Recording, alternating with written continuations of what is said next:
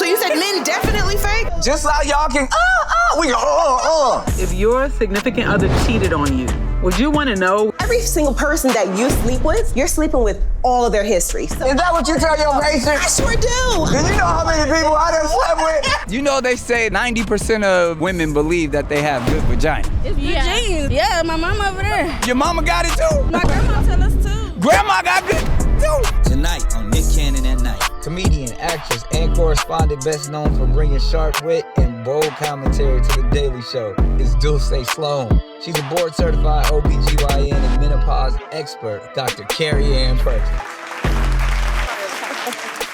Welcome to Nick Cannon at Night, where we discuss love, sex, and relationships with the experts and our personal friends. Drinks in the sky, everybody. Let's put them up one time.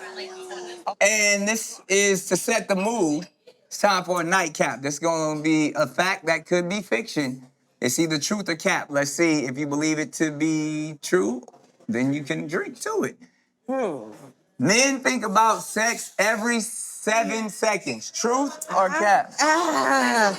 Every 7 seconds. That's a lot. That's a lot. I've been getting told this statistic for, this is a lie. That's a lie? No, because it's like, how can they?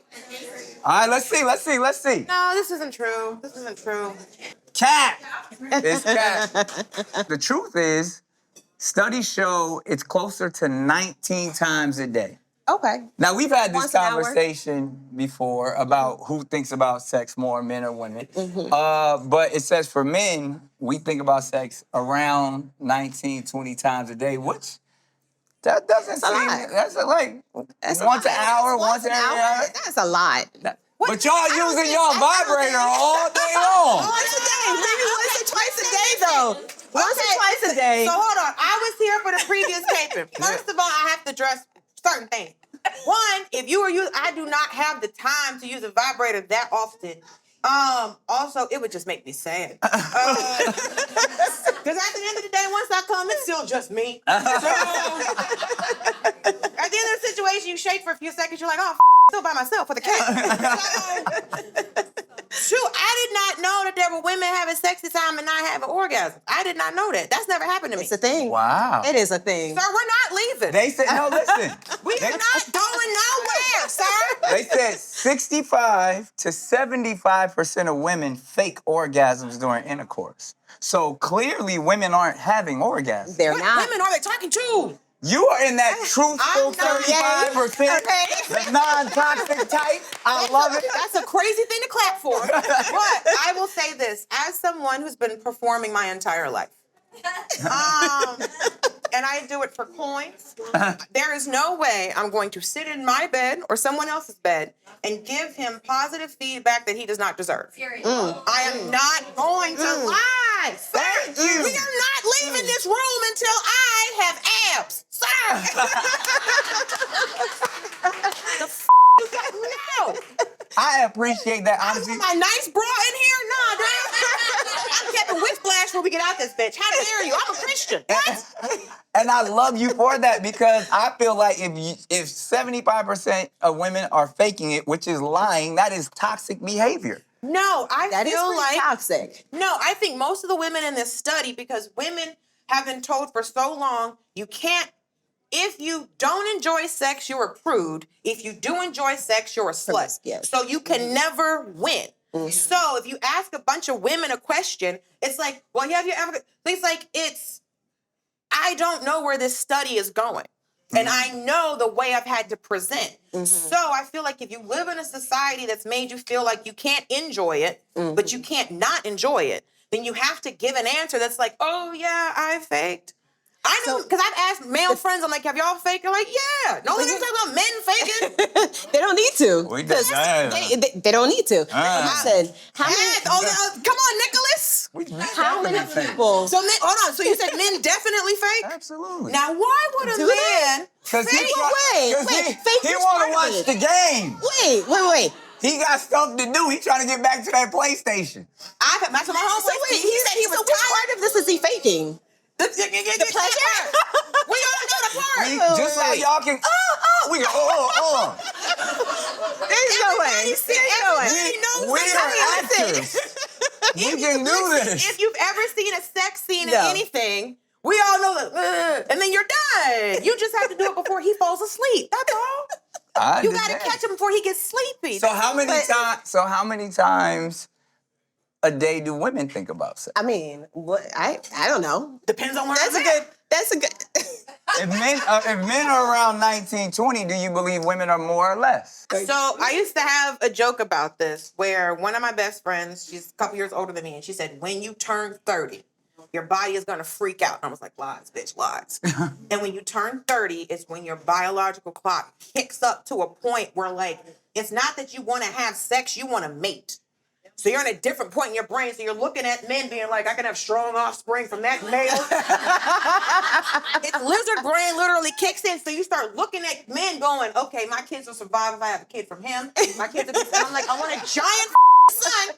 Get me to the island of Samoa. So your brain comes to it. So when you're like in your 20s, like I'm telling you, no girl in her 20s is as horny as a woman in her 30s or a woman in her, because it's physically possible, because I was out one night touching men to see if they had a strong back, and I didn't know what I was doing. Like, oh man. So here's the thing. Now, Dulcé, do you think that more women over 30 fake because they're trying to mate? I can't think about what the devil does. I can't think about what that girl is up to because I can't support what she's doing. Because you don't do it. No, I've been there and been like, sir, I don't know who the last one was, but we're gonna work this out. Really? I'm not leaving. I'm not getting up to That is amazing. You are a great communicator. Communication. Listen, I'm already naked. I'm out here. We know why I'm here. I'm not here. Listen, we ain't solving math problems. So if I'm in here, then why am I gonna sit up and lie? I'm not gonna do it. Even if I could be in there and be like, I lost interest in this cat 20 minutes ago, but I'm gonna come before I leave out this bitch. I heard that. Well, You gotta come before you go to sleep. it. All right, hey, get yours. Dulcé de leche. Listen, all we're right. outside. I heard that. We're inside, you know. Depends on the evening. Hilarious. Well, let's see if we can help anybody this evening. Let's talk to our first at-nighter. My question is, if your significant other cheated on you just one time and never did it again, would you want to know? Would you want them to admit it and tell you, or would you just rather live in your blissful ignorance? Listen, I want to know. Okay, because one is one too many, okay? And one comes with a lot of risks. Every single person that you sleep with, you're sleeping with all of their history. So if they've been with 40 people, you're sleeping with him plus 40. Doc, okay? come on now. You're sleeping with all of them. So Is that I what want you to tell know. your patients? I sure do. That is so judgmental. You're getting tested. Do you know how many people I done slept with? At least If that type of man, all of Los Angeles. Listen, you bring a part of every single person you've slept with you. And when you sleep with the next person, you're transmitting that to the next person. Not if you use a condom. Even with a condom is not perfect. You're a doctor. I'm a theater degree. What? Listen, there's a whole lot. Patient. Listen. Yeah, she got patient.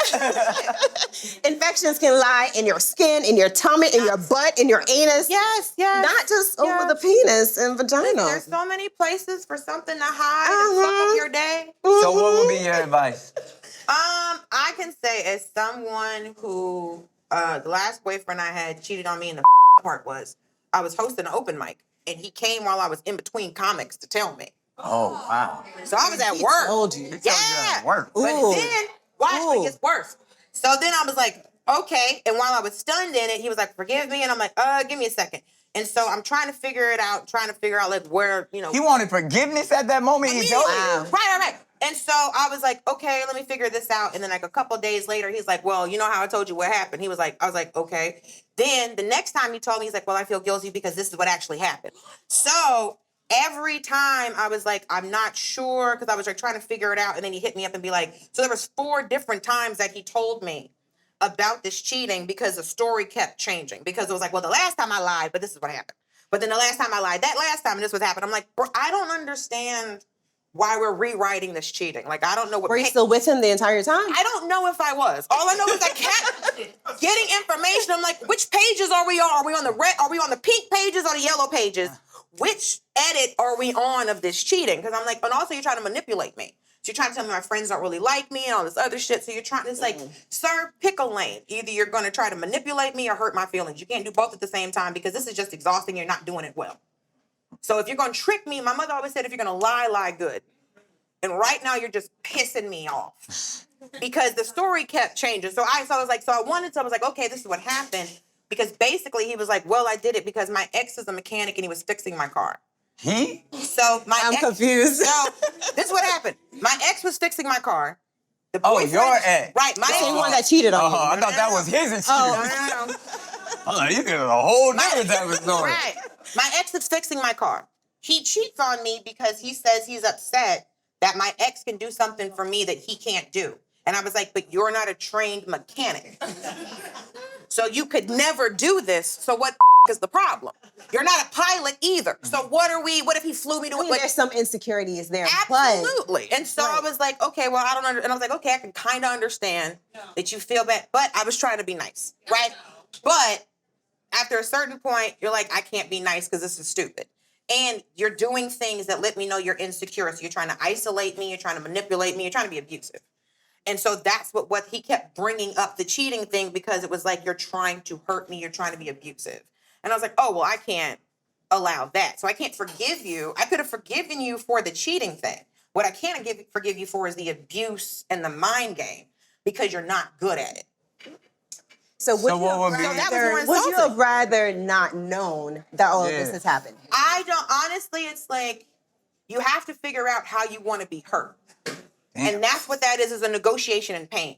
Do I want to know and get hurt because this person cheated on me, or do I want to stay with somebody and be manipulated who cheated on me? So then, do I ever know that this? Because you don't ever know if someone's cheating until they get caught. So the whole thing is a catch-22. Because they say once the trust is broken, it's gone. Right. So once the trust is broken, so you're asking yourself, do I want to be in a situation where I ever can't trust somebody I'm in a relationship with? That's what that question is. Because if you think somebody is cheating on you, they are. 99% of the time, that's how my friend was like, he's cheating on me. I was like, girl, he is. Or he is. Or you're insecure because he got cheated on before. And now you think that any activity that even looks like what the previous person did means that they're cheating. So is it you or is it them? Negotiating with pain is heavy. All we do every day is go, okay, do I trust this person? Because even if you had like a friend breakup, we never talk about those.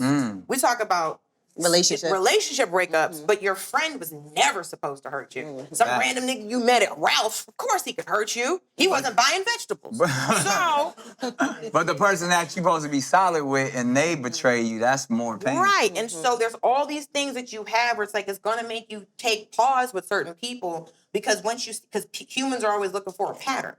So the cheating question is, once you get cheated on, you're always going to be wary of that because once your trust is broken with somebody who was inside your body, PTSD, you're always going to go, you won't get me again.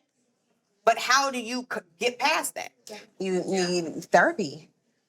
I think a lot of us need therapy. Well, I'm in it 3 times a week, Doc.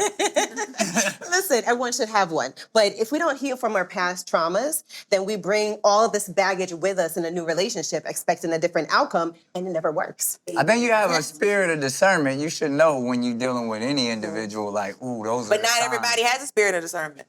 You don't? No. And sometimes you get dick down enough that your brain is broken. Good dick can just make you delusional. Am I alone in this? No.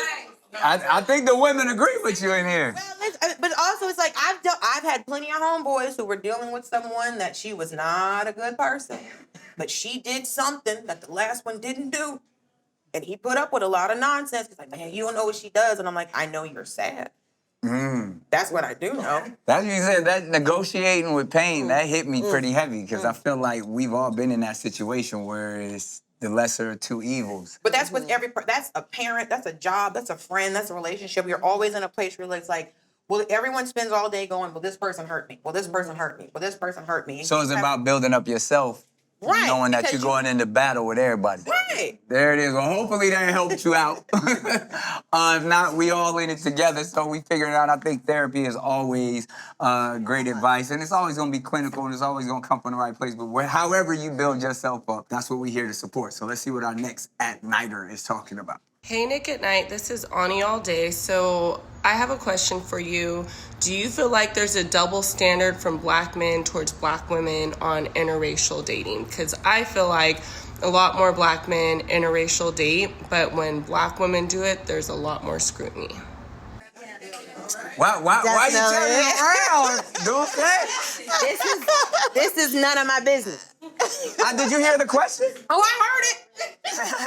You don't have an opinion on it? Well, there's Because always it sounds like she does. said it's a double standard. there's always There's a going huge to double be standard. there's always going to be a double standard because everyone's always telling every group of women what they should be doing.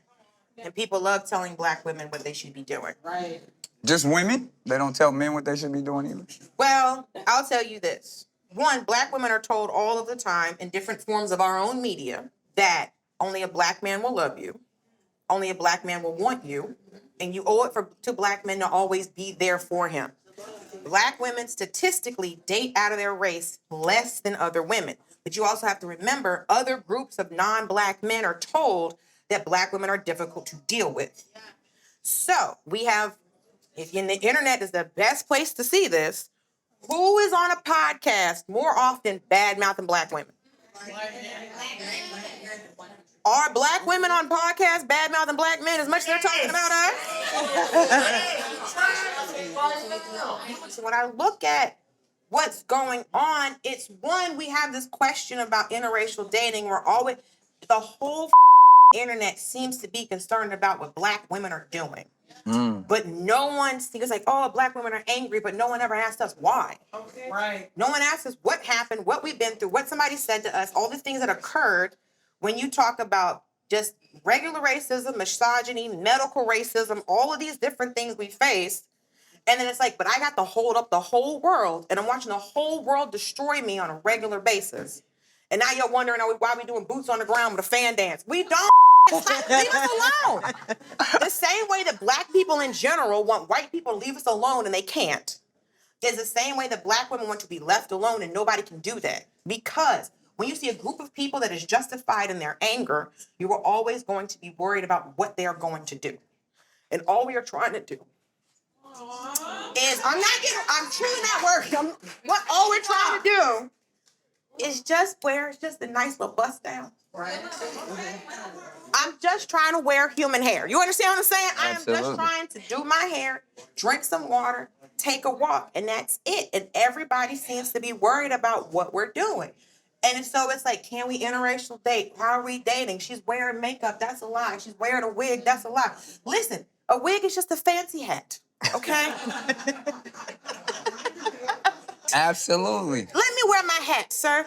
Wear your hat, girl. Let me wear my hat. And put your boots on the ground and do that. Let me wear my Pull out hat. the So fan. when it comes to, yes, there's a double standard, but it's why are y'all so concerned? So, but this was a black woman who posed this question. And of course it's a black woman that posed that question because we're not supposed to be mad when we see black men dating outside of our race, right? But we are supposed to not date outside of our race. So it's like, well, black women, they need to be here. For black men, Well, they who need to be says that? black men. Black men say that. But I'm talking about, but it's in black. So when you watch black movies, right? Mm-hmm. Everybody's trying to keep a family together, which makes sense, and we want to see that message more. Okay. We have to keep a family together, but Sheila doing this, and she going up a hill, and all this other shit. So you're You shooting dealing at with, Tyler Perry right now? I'm not. But there's a reason that man is a billionaire. Because Big he's time. telling stories that people are relating to. Right. So the first boy I ever dated was from El Salvador. Okay. But that's because of the neighborhood that I grew up in. I grew up in a predominantly Latino neighborhood outside of Atlanta. So I was around who I was around. But nobody in my neighborhood had a problem with it because everyone was dating outside of their race. It was just once I got out of my neighborhood, everyone was like, what you doing with this Mexican? I'm like, first of all, he's from El Salvador. Let's calm down.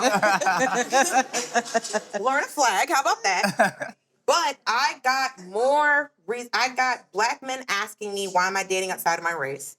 And then I got black women asking me, are you really not dating a black man? I'm like, yeah, they got dicks too. Let's go. He's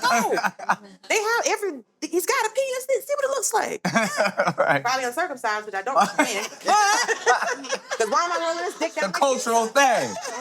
Oh, good Lord, I'm a good person. Why is this dick a burrito to go? Oh, I'm a Christian, man. No. So So it's a constant question, but I think it's just we're spending a lot of time wondering what the other person is doing. If I'm dating outside my race, am I happy? If I'm dating inside my race, am I happy? Is this person supportive? Is this person loving?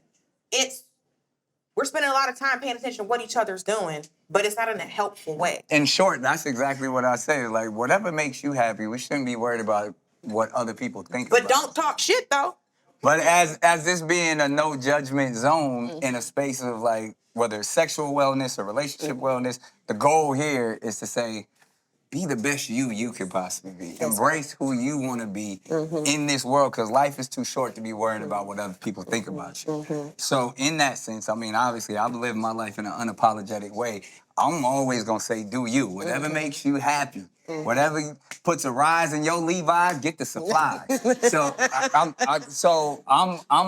I'm for whatever you want to do. But it seems like the question she was posing because it seems like she was dealing with some judgment. Yeah, but I think that judgment truly exists because when Black men date any other race, it almost seems like they've arrived, they've won. They're like a higher standard because they are now with someone outside of the post-traumatic slave syndrome. Right, and so there are a lot of people suffering from that, right? And so they're acting on that and feeling like, yes, this is a prize if I'm with a white woman, and so this is a great thing.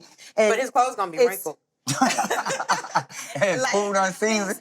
I mean, 80-20, 80-20. Oh, his lineup's gonna be trash. But, you know, on the other hand, when a Black woman goes with a white man or any other man, it's like, did you just completely, disown your community? And it's never the same when it comes from the side of the Black man, right? They say the same thing. Where you've disowned your community. Oh, yeah, I've heard all the that. time, Well, absolutely. And to Especially your as a point, male. yes, true, because, sometimes you'll hear like, oh, you hate your mom, you hate your family. Once you get on, he be your ass for a white girl, and then he actually did that.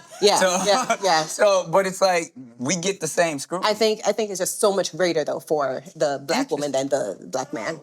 I would just offer this up in the sense because, and whether we agree or not, we've definitely seen it happen more with Black men dating outside of their race. So therefore, I think the scrutiny just over time, history, probably has been more. Because when we do see that, and to me, I'm like, yo, whatever makes her happy, in that sense. I've never had the thought of, ooh, that... I've arrived.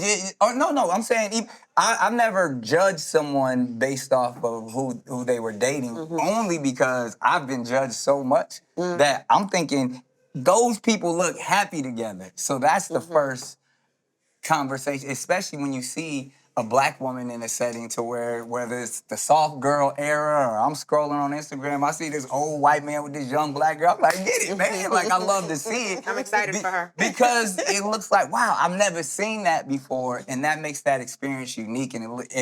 And true love and happiness seems like it can manifest in that space. Yeah, I mean, love comes in different colors, so I'm all for it. So do you forget the judgment, forget the public scrutiny and all of that. Let's see who we can help out next. Oh, it's a written one from Quentin Chase at Vegan Mafia Mob. Magic Johnson, Charlie Sheen, and recently Billy Porter have shared that they are HIV positive. Is this diagnosis still the deadly virus we all feared, or did they find it cure? It's a different time. It's a different time. It's actually really exciting to know that you can now live with HIV. And for the most part, most people who are infected, they're living to like normal average age. Like in general, the average age of a person in the US is like 77. Okay, not too bad. That's life right? expectancy in general. And in the United States, for someone with HIV, it's still around 70. Okay, so they're living long, and the reason why they are is because there's just so many good treatments out there. And I'm just like, I see lots of commercials late at night where they doing everything. Yeah, they jogging. They with their partners. Listen, but like there seems like there's like heavy medicines now that weren't available before. And they work. These people are going around with like viruses that are undetectable in their blood. That means they can literally meet with someone else and not transmit the virus because it is undetectable in their system. And so it's pretty amazing. So when I see this question though, and I don't know anything about this person or anything, it seems like because it was perpetuated on us to be fearful of HIV and AIDS, and we back in the 80s, it was the commercials, and so it almost was like literally a death sentence. Like you heard about it, and then that person wasn't around anymore. Right. It seems like that's no longer happening, but does that take away, like hopefully it takes away the stigma, but does that take away the responsibility or Absolutely not. Right. So as human beings, we're still responsible to, one, get tested, two, make sure that you're protecting yourself. Okay, so that condom use. So it's still out there at the same levels. It is still there. Right. It's still working. So while a majority of the people living with HIV now are beyond the age of 50, right? So they're older than 50 because when this became a thing, 50 years ago, it affected so many people, and those people weren't surviving. And if they did survive, they're now living and they're in their 50s. Right. But there's a majority of a lot of the HIV infections that are happening now are happening between the ages of like 25 and like 34. So this is happening in like young people. It's still a thing. The difference now is that you can live and survive with HIV. And now it's crazy because depending on the state that you live in, I'm seeing a lot of things where you have a pregnant woman with HIV who her partner doesn't know she has HIV. Oh. And as a professional, I'm dealing with this on a regular basis. And it's like, what do you do? Because before you had to tell the partner that they have this current infection. That is not the case anymore. You don't have, you can medically, you don't have to. You do not have to disclose this to your partner that you are HIV positive. And as a professional, you could be sitting in my office and I don't have to disclose to you that I know that your partner, who is my patient, is HIV positive. Really? Why is that? Because it's the rules and the laws have changed, and you're, as a person, you have autonomy, and we are not required to release that information because people can live with HIV. But before it used to be you had to disclose it. And just forgive me for my own ignorance, but having HIV in the process of having full-blown AIDS, what is the difference? Not just the difference, but how does it transmute into that? Like, so what happens is this is all about the amount of virus that you have in your system, right? And so what happens over time is that if you have a ton of virus, that means when you're taking a sample of your blood, when you look in that, there's a ton of viruses sitting in that segment, right? So in your body, you have the viral load. Yes. So what happens is that over time, you have so much virus in your body. You're so far from being treated and in a good state that you're now having a lot of other manifestations. You're having issues with your skin and sores. You are so immunocompromised. You're getting sick by even like the common cold that's knocking you out, right? Your system is so weakened. And once you get to that point, you're now diagnosed with AIDS. Okay. And so once you're in an AIDS category or a status, your likelihood of surviving becomes slim because now any bug can kill you. Like any kind of infection will take you out. Like you're just not strong anymore. As someone who has an autoimmune condition, and when I was diagnosed with lupus, I had to learn that my immune system was compromised. So a lot of times when I have flare-ups, it's not, or if I, I recently just got over pneumonia and I probably had it 10 times longer than the average person would have it. And that's why even with HIV, you hear people, or even with AIDS, they don't die from the AIDS, they die from pneumonia. They die for the different infections. So it's almost in a sense to where your immune system is trying its best, but because of these viruses, and it's overworked or it's confused, so therefore something that a common cold, or not a common cold, but something that everybody else can get over pretty quickly, is going to affect a person that's autoimmune compromised in a completely different way. And then that's exactly what happens. So your body is just fighting so much and in a state of struggle that it just breaks down over time. And so but for you to find a person with AIDS now compared to 20, 30 years ago, where it's like if you had HIV, you're on the road to AIDS, and you're going to the grave. So it's usually, because of the medicines, they're being able to stop it at HIV. Yep. So people are surviving and thriving. Yeah. Like people are doing very extremely well. That's beautiful. Well, hopefully that answers the question. And still, as we always enforce, stay protected, stay knowledgeable of your partners.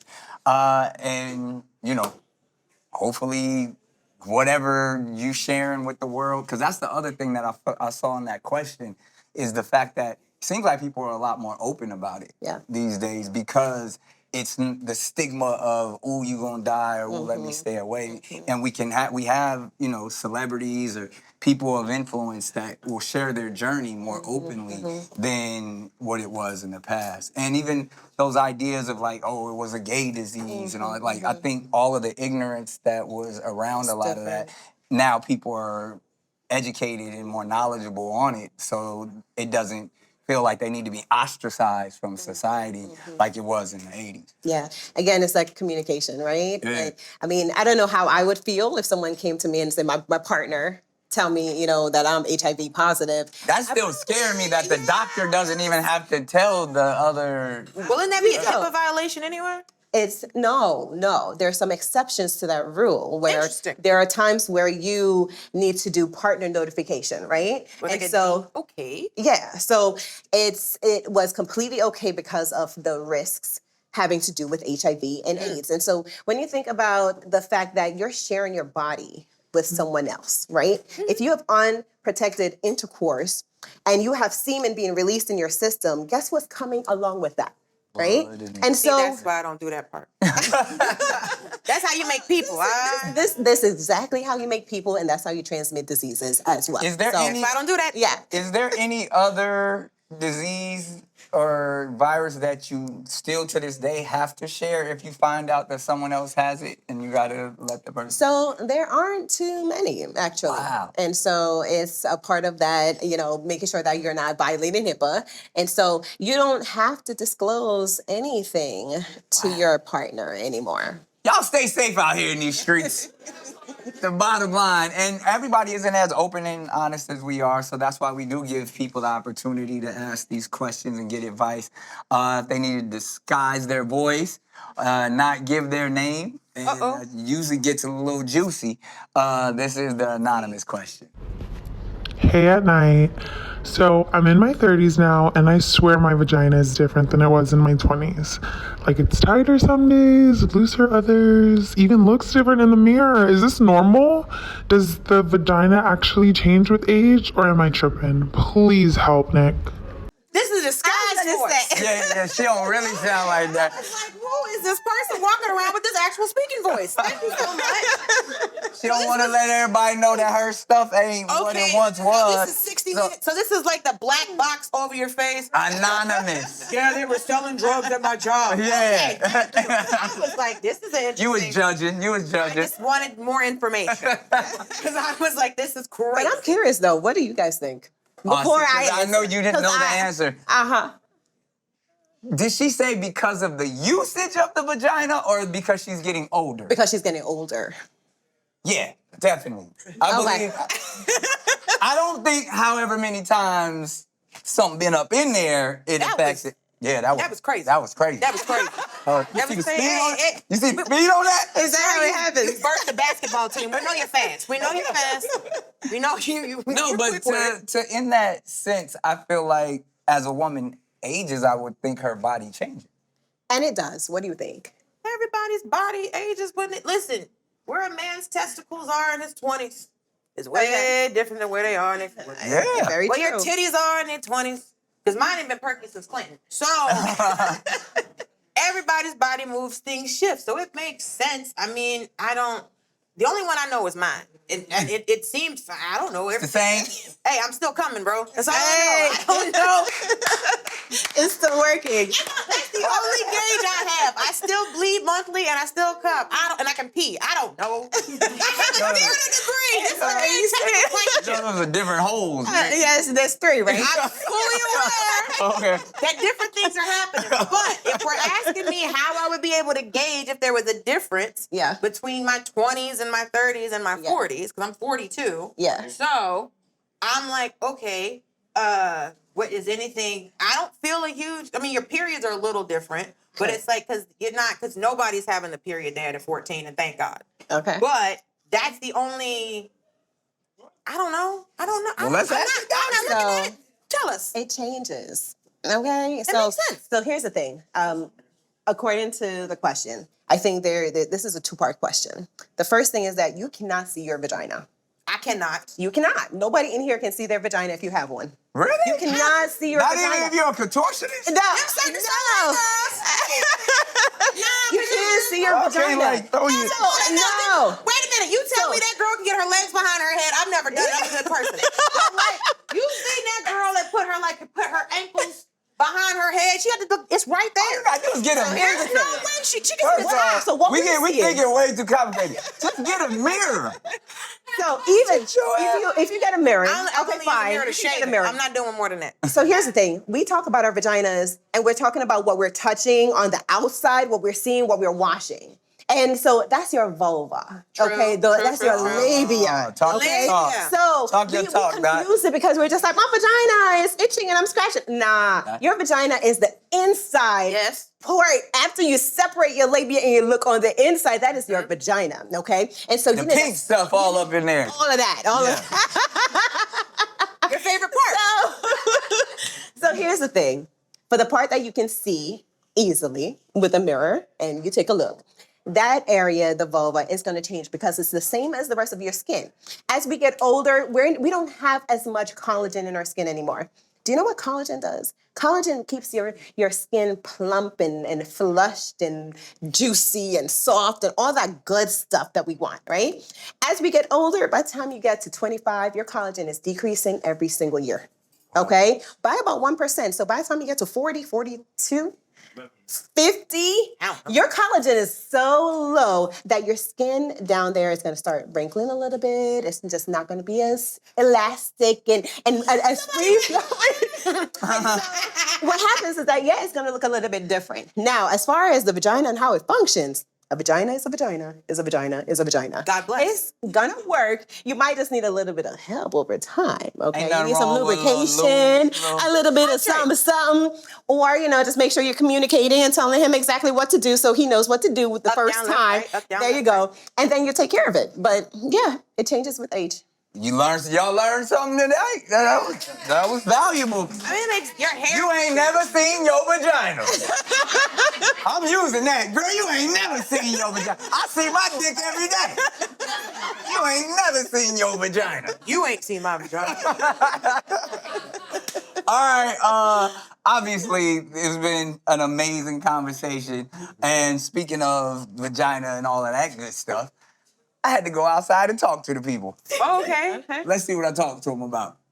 Good vagina at night. Do you know what the definition of good vagina is? Gotta stay wet. That's the definition of a good. Is that the only thing? Like, smell good, stays wet, tight. Like, those are the top three right there. In a mop with the sweat and gushy.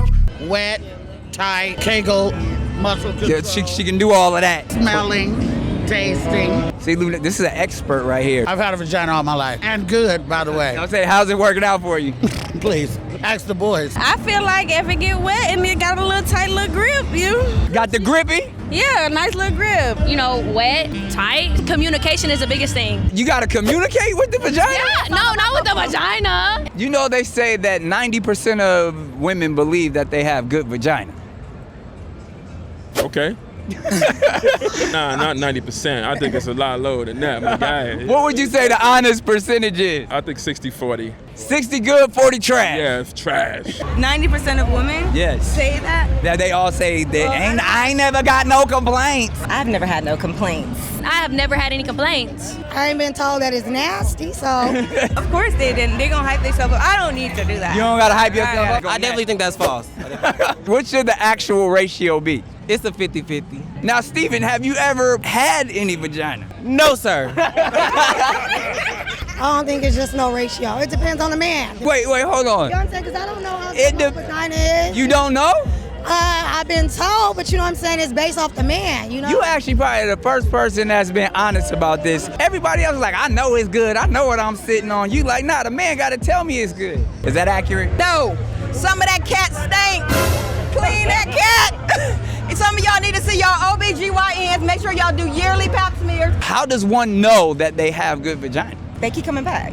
They keep coming back. They tell you. Men tell you. They tell you. I put a strainer on somebody. You had to put a restraining order on him? Yeah. What happened? Popping up my job, my house, all that. So, You got that driving crazy. It gets wet. I can speak for myself. Now, how do you know? I've been told. I can make a phone call. Who you gonna call? Don't worry about it. Ghostbusters. So how you know it's good then? I know. Trust me. I know. Jamaican women got that you know what that'll put it on you forever. Yep. Island girls. It's good jeans. It's good jeans? Yeah, my mama over there. Your mama got it too? Yeah. How do you know? She tell us. My grandma tell us too. Grandma got good coochie too? Good coochie running the family. So I'm talking about it's genetic. Apparently, Listen, the streets are talking, Doc. I don't know. Listen, it's whatever he wants, whatever he says. And you heard it from the doctor. If he says it's good, then it's good. If he says, then believe him. But 90% of women say it's. I think anything that can birth a child is good. I agree. I agree. Anything, and even the ones that may. I'm just talking about the process of what happens during that. We can't do it as men, so And I then don't it goes back. Yeah. It goes Like right when back. this baby came in, it was microscopic. When it came out, it was 7 pounds. And it's so 10 sometimes. 10, 12, 14. and you can still walk after that. Right. So I think I hear this question more. I always hear somebody talking about somebody got good. I don't ever hear us asking men if they got good dick. I don't always listen because I want to. Hold on. You're not listening. No. Because I want to know what the qualifications are for a man to think. We did the same Man on the Street. Watch the next episode. Okay, thank you so much. I'll look forward to it. We did it. I think it has to be.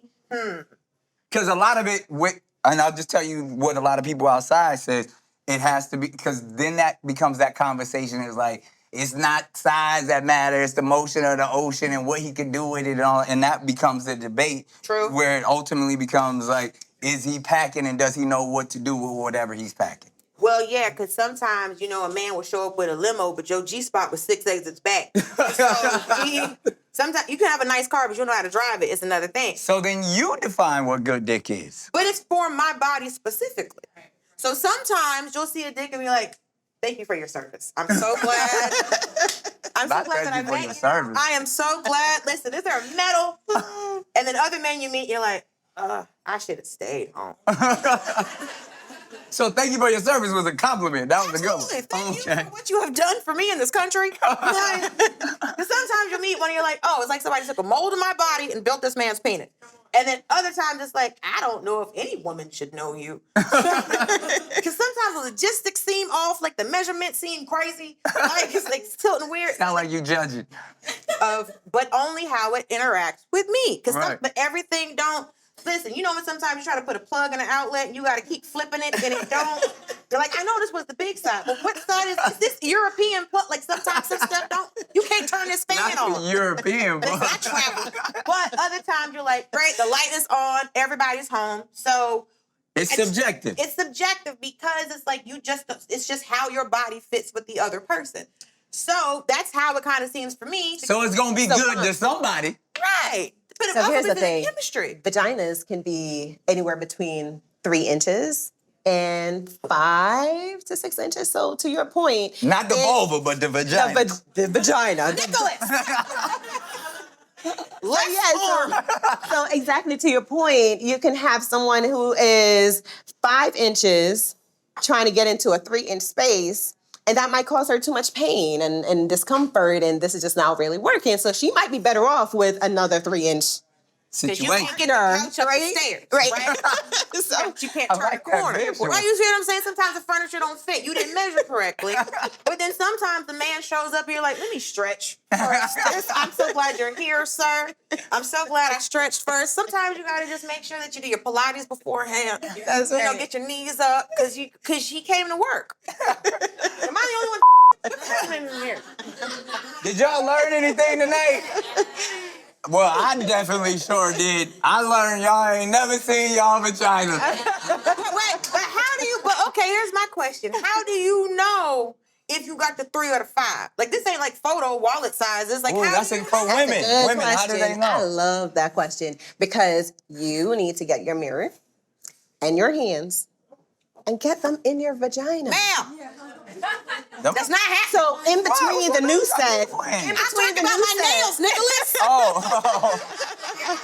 Listen. Take your nails off. Get them off. How dare you? In between your set, no, seriously, we need to spend time learning our bodies. We don't really know our bodies, so how do we expect that the next person who's supposed to be your partner should know and understand your body? Here's my question. Yes. Because I keep my nails did. Okay. Right? Because the God has not blessed me with children yet, so these are all I have. Okay. It say I want to know. So like, can I just do this? Can I use a different type of measuring tool, like a penis? So can I just measure him and then go, And see? okay, sir, That's a and let's find the difference. You see what I'm saying? It's like going to try on shoes. Right, it's like, okay, I didn't bring a ruler, but I know my couch is this long, right? So I'm gonna walk in this IKEA and go, okay, I got this much space for my sofa, and I'm gonna walk past every couch, and if my arms go from tip to tip, then that's the sofa I'm gonna put together in my home. That sounds like you got a plan. It's a cunning plan, Nicholas. But most of the furniture at IKEA you got to put together yourself. IKEA furniture just doll furniture. I'm a grown adult. So you just I'm build a dick. This is what you need to. If you go, they got certain sex shops where you can build a dick, and you can get in there and say, "Ooh, that's retractable. That's too big." Right, but by my age, I can just be like, "All right, this is gonna work." You know what size. You know, you put your hands on one. You're like, "All right, you see if we're good," because I know how big my hand is, and that works. So Right, you like, know your hand, so you know your vagina. Sound like you got to figure it out. Nice to meet you, sir. Likewise. Because this guy's always trouble, right? The three guys. The Arizona T-Can, yeah. Is that what they call them? Oh yeah, my homegirl, she was riding a bus one day and she got a dick pic from a man and he was using an Arizona T-Can for scale. And the head was like right above the can, and I just happened to walk in the house drinking a green tea. And so I put it up against my body and was like, oh, bitch, you're gonna die. You're going to die, but also, girl, figure it out, friend. Each his own. Hey, muscle stretch, bones break. You figure it out. But he was also on a bus, so I wouldn't do it. If he was in a car, maybe. We learned a lot. Y'all make some noise for Dulcé Sloan. Join us tonight, and then once again, of course, our genius doctor, Dr. Perkins, one time. Y'all know what to do. Talk about that shit in the comments. Slide to the DMs, like and subscribe. It's Nick Cannon at Night. We out. If you like Nick Cannon at Night, you can watch it on YouTube or watch new episodes early and ad-free right now by joining Wondery Plus in the Wondery app, Apple Podcasts, or Spotify. Before you go, tell us about yourself by completing a short survey at Wondery.com/survey.